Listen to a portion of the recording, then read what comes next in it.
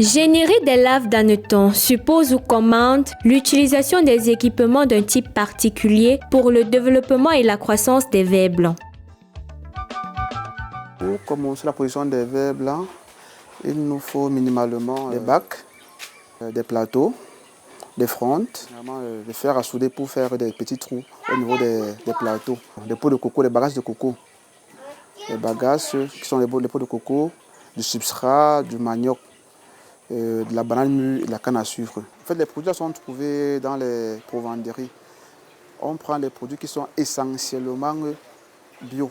Donc on ne met aucun actif chimique, aucun. Sinon, on n'aura pas le même goût. Le goût ne sera pas identique à celui des laves naturelles. Le but dans l'élevage des hannetons, c'est de se rapprocher du plus de celui du naturel. Bon, maintenant, en utilisant les pots de coco, c'est la substance la plus naturelle, la plus semblable au palmier, au cœur du raffier, au cœur du palmier où ils vivent naturellement. La production des hannetons s'effectue autour d'un processus bien identifié.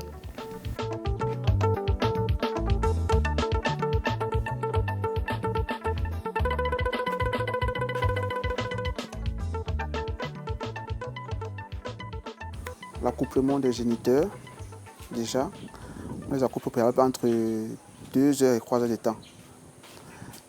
On prépare son substrat. Donc, tout à l'heure, je vous parlais du mélange du substrat, du manioc, de la banane mûre, de la canne à sucre. On les mélange et on dépose les géniteurs dans le substrat pour une période de l'accouplement jusqu'à la production. On a exactement 30 jours. Au 10e jour déjà, on a déjà les chenilles qui apparaissent, on a les petites chenilles.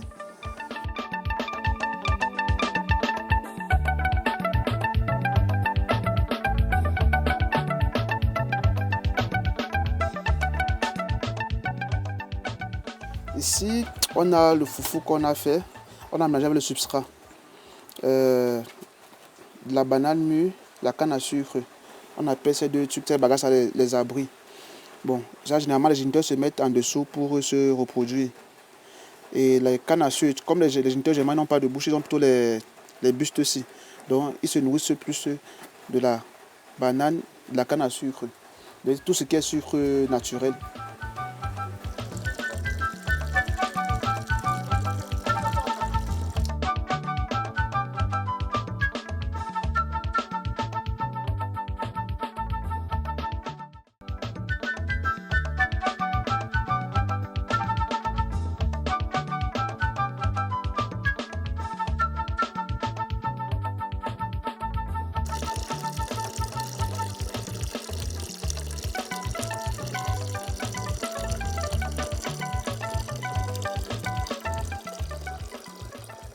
Dans le cycle biologique des vers blancs, le milieu de vie favorise la croissance des larves.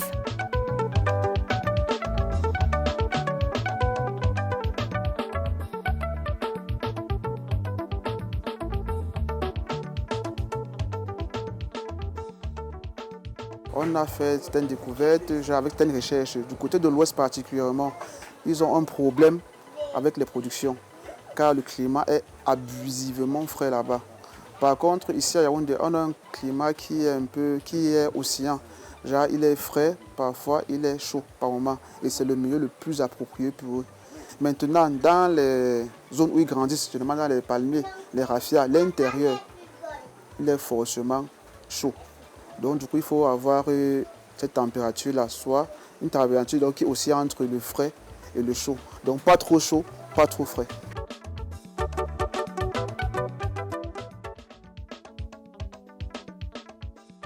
Pas de mystère, le cycle de développement du hanneton est connu ou bien identifié. Une durée de temps comprise entre 35 et 45 jours, nous avons les larves matures. Il faut les transformer en géniteurs. Pour les transformer en géniteurs, on a besoin de pots de coco. Donc on va classer les pots de coco dans un bac et mettre le reste du substrat au-dessus pour avoir ce qu'on appelle généralement les cocons. Bon, dans les cocons-ci, on aura une mutation. Les chenilles vont se transformer à partir de la période de chenille pour la phase nymphe. la phase nymphe, on aura maintenant ce qu'on appelle les géniteurs vierges. Après 17 jours, lorsqu'on enlève les cocons, on les passe dans notre bac pour laisser les nymphes se transformer en géniteurs. Donc, et entre 15 et 21 jours, on doit avoir les géniteurs. Donc voilà peut-être un qui est déjà mature. Voilà, un géniteur. Un nymphe et le géniteur.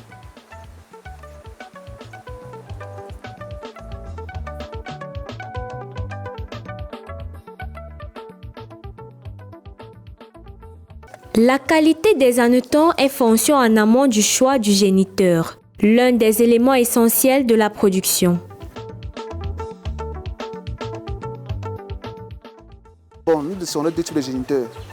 On a ce qu'on appelle géniteurs capturés et géniteurs vierges. Les géniteurs capturés sont ceux-là que nous ramassons dans les forêts, dans la nature comme ça on ramasse. Maintenant, avec cela, on n'a pas une production maximale, puisqu'on ne sait pas si les femelles sont encore vierges ou pas. Avec les géniteurs capturés, on a des bacs. Lorsqu'on les incube, on n'aura pas une production vraiment maximale, car les géniteurs ne sont pas vierges. Elles ne peuvent plus pondre des œufs. Et pourtant, en produisant ses propres géniteurs, on est sûr qu'on aura un rendement vraiment au top.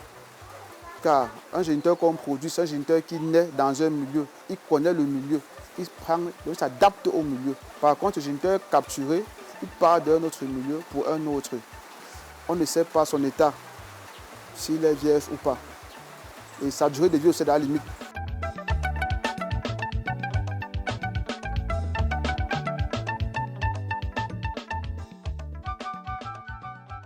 Après la maturation, les larves comestibles peuvent être vendues sur le marché.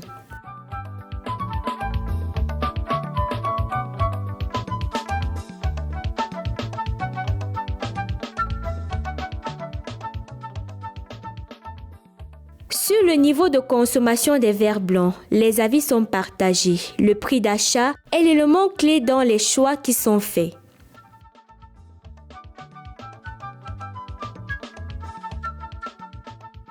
Je ne suis pas un consommateur de force, tout simplement parce que je n'ai pas l'opportunité de m'offrir cela. Parce que le verre du force est cher. En fait, ça dépend des moments. Il y a les moments où ça coûte 1500, 2000 uniquement un verre. C'est vrai qu'il y a aussi les périodes que ça coûte plus moins cher, mais c'est rare.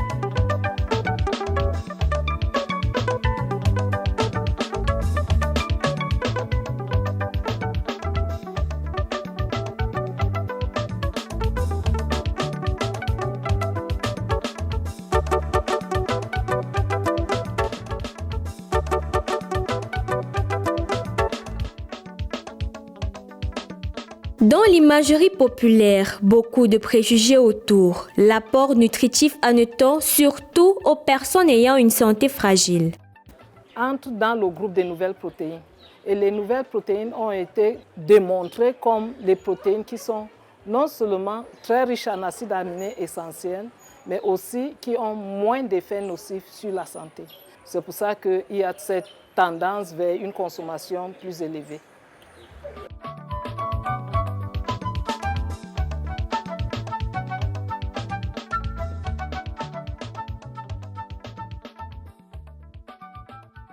Les vers blancs, comme toutes les protéines animales, contiennent très peu de glucides, c'est-à-dire très peu de sucre. On est à peu près à 2 grammes de sucre pour 100 grammes, c'est-à-dire 2 grammes. Et puis pour ce qui est des protéines, 100 grammes de vers blanc est égal à 100 grammes de viande, parce que ça apporte 8 grammes de protéines. Et le reste, c'est des lipides. Donc les vers blancs vont enrichir l'alimentation de ceux qui sont dénutris, apporter un plus sur la nutrition en termes de protéines de ceux qui en consomment, à un prix sûrement moins élevé que les viandes, les poissons et autres qu'on trouve en ville.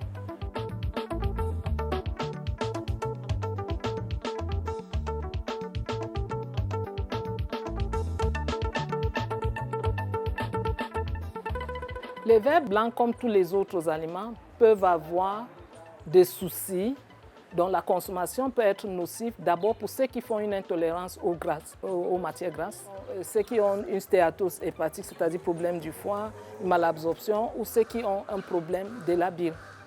Donc si j'ai une pancréatite, si j'ai un problème du foie, si je suis allergique à ça, je ne dois pas en consommer.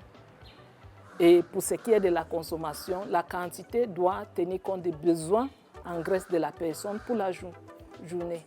Et s'il y a des soucis de santé ou s'il y a une intolérance à ce vert blanc, et il y en a comme moi qui n'ont pas l'habitude d'en consommer, qui ont besoin d'avoir une éducation nutritionnelle pour pouvoir les consommer.